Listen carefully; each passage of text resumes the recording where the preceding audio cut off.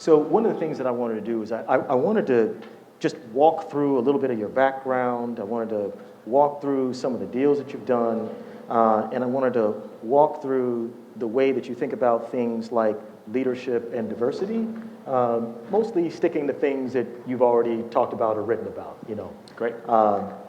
There might be some fastballs, but there won't be any curveballs. So just to sort of start it off, you have a phenomenal background in Web 1.0 iconic companies, you know, from AOL, Netscape, IAC, and you had management, operating, and leadership positions in all of those. What was it that led you to decide to take the path to be a venture capitalist? It was blind luck, I think is probably the right answer. I was general manager of Netscape, and this was around 2005. And since the bubble had burst in 2000, there just hadn't been a lot of venture capital interest in consumer. But there were these green shoots that were starting to poke through on the consumer side in that 2005 timeframe. And a few different firms were looking to bring someone on board that had domain expertise on the consumer side. And when I sort of heard more about what the job was, I was like, this sounds amazing. But it's interesting because you said that I spent a bunch of time at these Web 1.0 companies. And a lot of people talk about the importance of having an ex-operator as an investor. I'm not sure that I buy that. Really? Yeah, I actually think that, like, you know, if I think about the companies that I invest in today and the boards that I sit on, very few of the lessons that we learned at AOL or at Netscape are actually relevant anymore. And so, you know, the way that we did things, you know, literally 20 years ago now are no longer the set of best practices for how companies should be run today.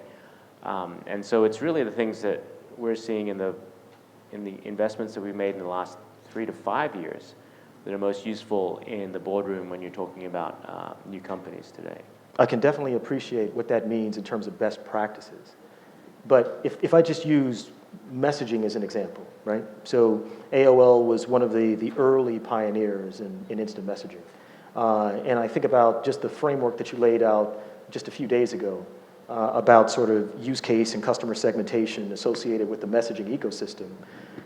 It seems like having that early exposure builds sort of like muscle memory associated with understanding use case, customer segmentation, scenarios, how to think about messaging at a broader level. And even though it may not be or represent best practice, it seems like understanding the way that you would actually approach the ecosystem is actually helpful as that ecosystem evolves. Is that not fair? Look, definitely it's true that history doesn't necessarily repeat itself, but it rhymes. You know, and, I love that. It's not mine. I stole that from somebody. Someone clever. I'm making a note, though. And so, you know, understanding the context of history and what's happened before, especially on the consumer world, I think that is a very important factor because the fundamental kind of motivations of people don't change over time, but maybe the way that they instantiate that in behavior can change as the channels change and as the media change. But again, I don't think that's necessarily because, like, you can learn that and you can understand that either as an investor or as an operator or just as a user, right? Having been through those experiences. And so I think that, like, there is a lot of benefit in just having done the miles, right? Having seen the companies. Like, it's hard to tell what a 1 in 1,000 company looks like until you've seen 1,000 companies, right? One of my partners says,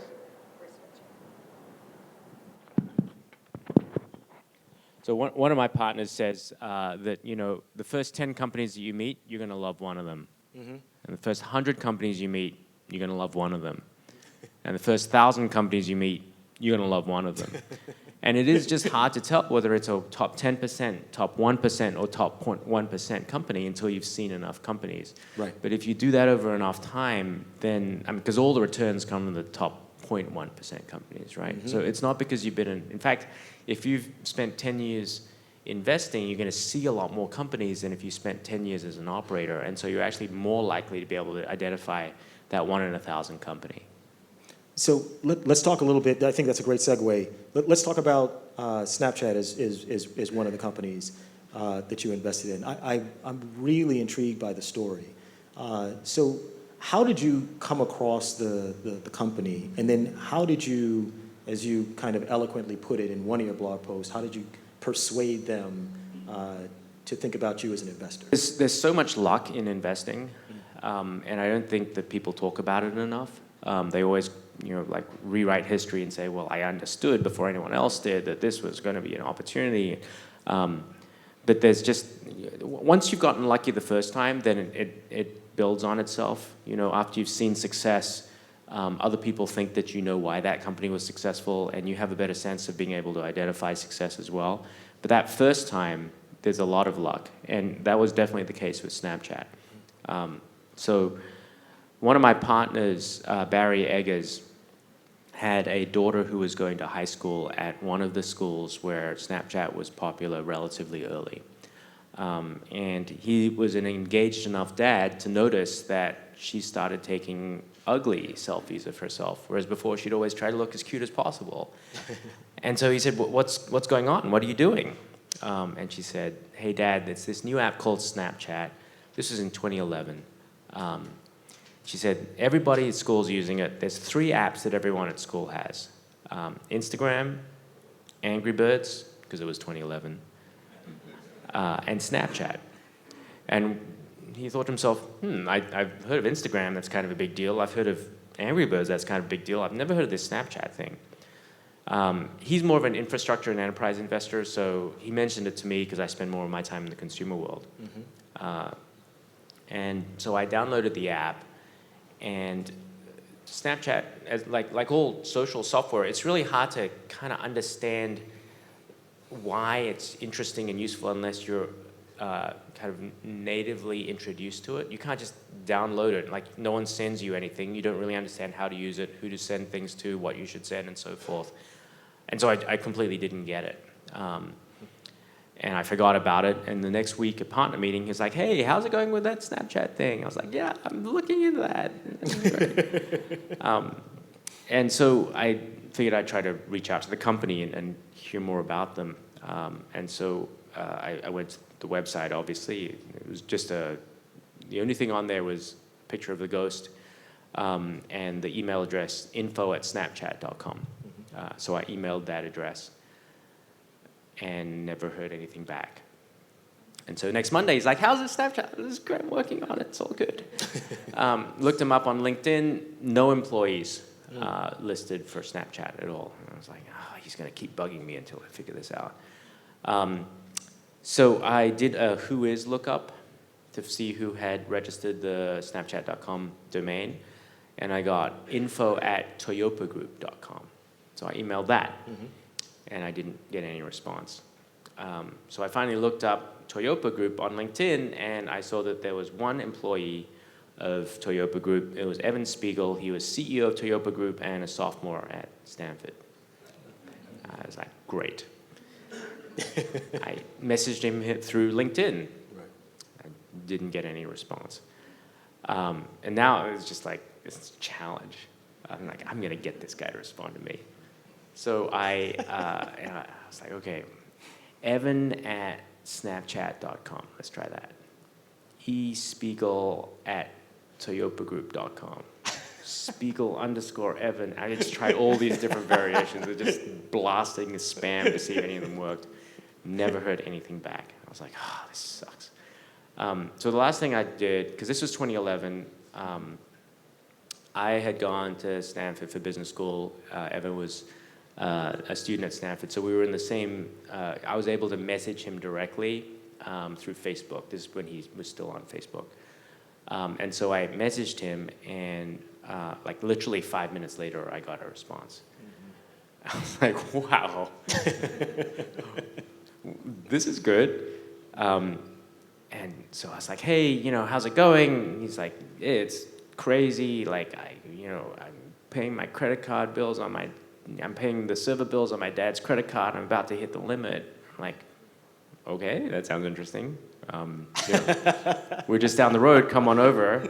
Like, the next day we sat down, he cracked open an analytics dashboard, and it was not a huge app at this time. It had maybe 50,000 daily active users, but it was seeing 50% month-on-month growth. It was seeing 50% daily average user to monthly average user ratio, which is very high engagement. Wow. And it was seeing 50% D90 retention. So 90 days after someone installed an app, half of the people was using it on that day. And these numbers are just crazy numbers. They're like 4 or 5 standard deviations from the norm for other apps. So just to provide context, just to insert, I read a few articles about how Facebook was doing corporate development, and they used several of the statistics that you mentioned, and they basically have a landscape analysis of every app out there. And the reason why they made the offer to Instagram, WhatsApp, and Snapchat is because they were the only apps that had as high or close to as high of the same metrics as Facebook. That's right. That's exactly right. And he said, we're growing so fast that I can't pay the server bills anymore. And I said, maybe we can help you with that. Sounds like an opportunity. And we signed a term sheet within a week, and they started working out of our office space. We helped them with their first couple of hires, introduced them to their law firm, helped them build their first model, that sort of stuff. I mean, none of that had anything to do with the success of the company. It was just, trying to be helpful. Like, the success of that company was not because we invested or gave them office space. It was because the 2 founders were extraordinary. But maybe a year and a half later, I asked Evan, why did you respond to my Facebook message when you didn't respond to all of my emails or my LinkedIn messages or all the other ways that I tried to communicate with you? And the answer was a combination of things, partly because they didn't need money before, so okay. Partly because he doesn't check email, because he was a 19-year-old, at the time, and that wasn't how he was communicating with people. But the last thing he said is because you had a picture of you and President Obama as your profile picture, and he said, and I figured you must be a decent guy if you had that as your profile picture. So that was the best donation I've ever made in my life. That's a heavy ROI on your donation. So it was good ROI. Yeah, dude, that's fantastic, and that's a great story that reinforces a number of themes that we like to talk about, just about the nature of being a good venture capitalist. I want to talk a little bit about Andy Dunn, and then I want to talk about how you sort of provided some perspective on what you think it takes to be a good venture capitalist as a new person entering the field. That's okay. So, great story about Evan Spiegel. How did you end up meeting Andy Dunn from Bonobos? I was introduced to Andy by a lawyer, by the company's lawyer, and he told me, hey, I have this great entrepreneur, and he's making men's pants. You should meet him. And I said, well, yeah, we do technology investing here. That sounds great. I actually own a pair of those pants. I think they're fantastic, but I just don't see why this is relevant. And he said, just meet the guy. And I said, okay, so I did. There wasn't yet, this was at a time, again, this was probably 2010-ish. People weren't talking about digitally native vertical brands, most e-commerce was multi-brand retail, and Andy came with this story which said, look, if you're building a brand today, you would start it online, and you'd start it online because you can play with pricing, you can play with product, you can change your messaging, you can A/B test in a way that you can't in physical retail, and that's what we're doing with Bonobos, and that's why it's an interesting company. And I think that one of the things that we always look for in an investment is a unique insight from a founder. And this was a unique insight. Because if something's working, but the founder doesn't totally understand why, then when it stops working, as everything does at some point, they're not going to be able to figure out how to make it work again. That's why they need to have an insight. But it also needs to be a unique insight, because the consumer space is so crowded now that if you're basing something on something that a lot of people have realized, the competition gets very brutal very quickly. And so that's how we met, and we ended up making an investment in one of the first digitally native vertical brands, which Walmart bought about 18 months ago. It was a good investment. Absolutely. So one of the things that you've written about recently is advice to new venture capitalists. Are you comfortable sharing some of the advice with our audience here, since we've got a number of emerging managers and new venture capitalists? Sure. Yeah. I think that there's two parts to the job as a venture capitalist. There's picking and poking, right? That you got to try to pick the right companies to invest in, and then once you're an investor, you just sort of want to poke them so they go in the right direction. And I think picking is way more important than poking. I think that the best way to piss people off is to keep poking them too much, because you actually don't know the business as well as they do. So picking is the hard part, but then if you identify an interesting company, oftentimes other people realize it's interesting too. Almost always, other people realize it's interesting too. And so the really hard part of the job is to figure out a way to get an entrepreneur who has a lot of options for capital to choose you. And this gets easier over time, and this is why I said that we underestimate the element of luck, because now that I have invested in Snap and I have some other really good companies in the portfolio, it's a lot easier for me to win those competitive deals. But when someone's early in their career, you can't point to your portfolio. You've got to figure out other ways to win. And that's the hardest thing. And there's no one answer. The thing that's going to work for me is going to be different than the things that's going to work for you or for you or for you. But each of us has to figure out how to win in the beginning, because if you don't, you're really going to have a tough time in this career. Because there's no prize for second place, fundamentally. That's the problem. It's like, typically there's a lead investor and there's no room for other, significant investors. And if you don't get that lead position, then you're kind of out of luck. And so there are a bunch of different ways to do that, but each person has to figure out what's going to work for them. So one of the ways that works is to become a domain expert in something, typically a domain expert in something where there aren't a lot of domain experts. So, if you were looking at crypto in 2012... who was doing that? Oh, wait, that was you. Okay, got it. Go ahead. Well, the folks at Union Square, I don't know if Fred Wilson's here yet, but he led the investment in Coinbase, and that's going to be a tremendous investment, right? And that's enabled the folks at Union Square to continue to, have a leadership position in crypto. But there was probably 3 firms that were doing that at that time. It was Andreessen Horowitz. It was Greylock was, because that was John Lilly and Reed. They were at least looking in 2012. I don't think they did their investment until 2013, but I know they were at least looking. And I think that's probably right. But my point being that there was probably order of magnitude 10 individual people in the venture capital landscape who were focusing on crypto in 2012, and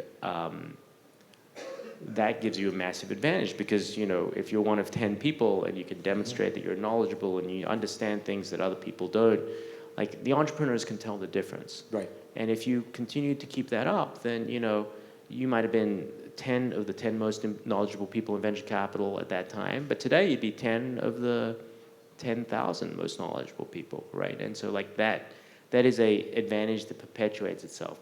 Now, if you tried that strategy today in crypto, it'd be pretty hard, because there's like 10,000 people who have been looking at crypto before you now, so you can be the 10,001th person, right? But if you catch something right at the beginning, then that's one way. Mm-hmm.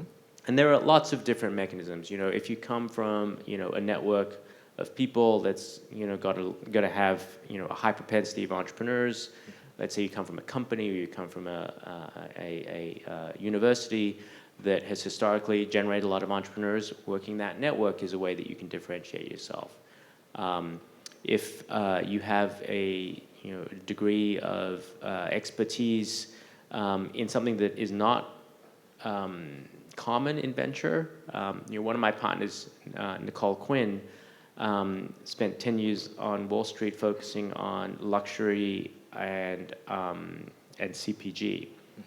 And that's just not a mindset that is common in venture, or was common in venture a couple of years ago.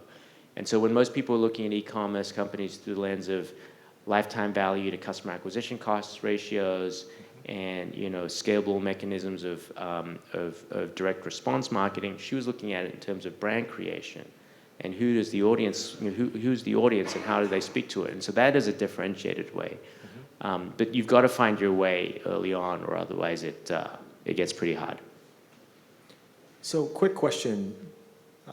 I know that you were one of the principals in the Planet of the Apps series, the Apple show. And my understanding from our earlier conversation is that not everybody at the firm was, hey, let's go rah-rah at the beginning. How did that conversation go, and how did you kind of resolve it at the end? Yeah, so Planet of the Apps was one of the first original shows that Apple made, and they put it. The idea was that it was going to be sort of a Shark Tank style show, but with real venture capitalists and real app developers, and focused obviously on the Apple App Store. And unfortunately, no one watched it, so that's a bummer. But we had a good conversation internally about whether or not we want to be part of it. The downside is that no one else had done it before, and was this a good use of our time, and what was the quality of the companies we were likely to see from a reality show. And those were all good and legitimate concerns. The upside opportunity, I think, is that in the consumer world, so I think there's a difference between the way you prospect for interesting deals in infrastructure and enterprise relative to consumer. In infrastructure and enterprise, if you think about the teams that could build the next generation data center infrastructure or the next generation, memory company, they're going to come from the companies that are building this generation's best, right? And so there aren't that many of them. And you can almost take an account management approach, right, to take a sales metaphor. And you can say, okay, the team out of Cisco, you go hang out with them. And the team out of this company, you go hang out with them. And get to know them and have them know you. And when one of those, architects or VPs of engineering or CTOs eventually spins out, you've got a relationship with them, you've built that over time, and you'll get a chance to invest in that company. In the consumer world, that's not true at all. You can have entrepreneurs who are students, you can have entrepreneurs who are not from the Bay Area, not from New York, not from LA, but anywhere in the world, starting companies. And there's no way to account manage that. There's no way to allocate somebody to every potential founder. And so rather than taking a sales-centric approach, you actually need to take more of a marketing-centric approach, which is how do you make sure that whenever that person is starting to have success in their company, he or she knows about you and thinks about you as a potential source of capital and reaches out to you. And that's how we were thinking about the Planet of the Apps, is a mechanism to reach a set of Gen Z and millennial entrepreneurs who may not be familiar with venture capital, who may not be familiar with Sand Hill Road, and making sure that we were top of mind for them. So we're going to take some questions from the audience. And so one last question before we go to the audience. You've actually invested in a few emerging managers. Sarah Kunst, I believe, is one. Anu and Suchian, I believe, are some. And I was just wondering if you'd just sort of provide a little bit of the context and the thinking about how you've approached some of those investments. Yeah, so we're typically a Series A, B, C fund, and so from time to time we will make small investments in seed and pre-seed stage funds, primarily as a mechanism to increase the aperture of our deal flow. I think we have good coverage of Bay Area companies. We don't have great coverage of companies that are beyond the Bay Area. And we don't necessarily have coverage of entrepreneurs that are outside of our kind of existing networks. And so we've been trying to invest in some seed and pre-seed funds that have additive deal flow that are going to give us a look into entrepreneurs coming out of networks that we don't have good connectivity into. Female Founders Fund is a good example. Sarah's new firm, Liew Capital, is another good example. Slow Ventures has a really good connectivity into Facebook alumni where we don't have good connectivity. So there's a few examples where we've done that in the past, and it's been good for us. Okay, thanks. Do we have some questions from the audience? Hey, Jeremy. Hi, Monique. So a lot of deals are done around concentric circles of very tight clusters of venture capital partners. How do you think about expanding your reach into networks that you don't necessarily have access to beyond the checks into LP checks into Liew Capital and others, but working with venture partners or investors at other funds that you might not necessarily know very well? So I am open to ideas on that. And, our first effort at that has been to reach upstream of us to these seed funds and pre-seed funds, that's, I think, the most important thing that sort of helps our business, which is expanding the aperture for our deal flow. The reality is that when we're looking at the folks that are downstream for us that might do the C or the D or something like that, there's actually a relatively small number of those funds. The folks who are managing more than $1 billion that can lead a $50 million or $100 million round. And we actually have pretty good connectivity into those guys already, but we don't have, with this sort of massive expansion at the seed and pre-seed, that's actually where we saw that we were most likely to be missing out on pools of entrepreneurs and pools of deal flow, and that's what we've tried to do proactively. But if there are other ideas, I'm actually really open to them because it's good for business to see more deals. Last question. D?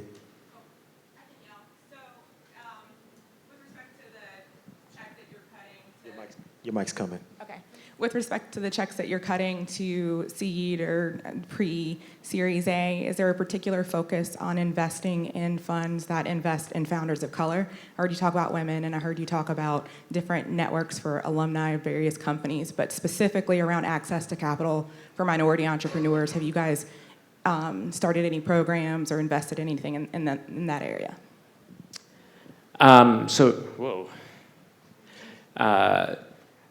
I would put that into the broader category of areas where we don't have good connectivity, right?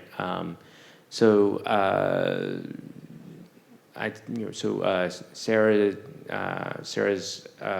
fund. African-American woman. Sarah Kunst is an African-American woman. She's setting up a fund.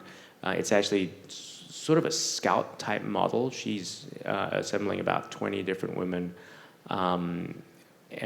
deliberately, ethnically diverse, deliberately geographically diverse, and she shares the economics from her investments with her venture partners, scouts. That's one that we're excited about because it's very much tapping into a pool of people that we would not otherwise have good connectivity into. Monique actually is a scout for us. She had a good run at 500, Now she's raising her own fund, and we said to her, hey, you've got great deal flow. We don't see a lot of the companies that you see. If you'd like to have the ability to continue to put money to work while you're raising your fund, then this scout relationship you can have with us can be a mechanism for that. In addition to that, we have, so I'd say that those are some of the mechanisms. Tara. Yeah, so we didn't bring Tara. Tara Nicole was a woman that we brought on board as an EIR, but we didn't bring her on board because she was a woman of color. We brought her on board because we thought she had a freaking awesome idea. So I don't want to say that like we had that relationship with her because of her ethnicity. We brought her on board because she was awesome, and she'd run marketing for Under Armour and for MyFitnessPal, and then she had this new idea that she was working on that just seemed super compelling. So yeah, I don't want to attribute that to like something that it wasn't. It was just we really thought she was a great entrepreneur. I don't know if that's really answering your question. So with that, I want everybody to please help me thank Jeremy for being here and offering his insights.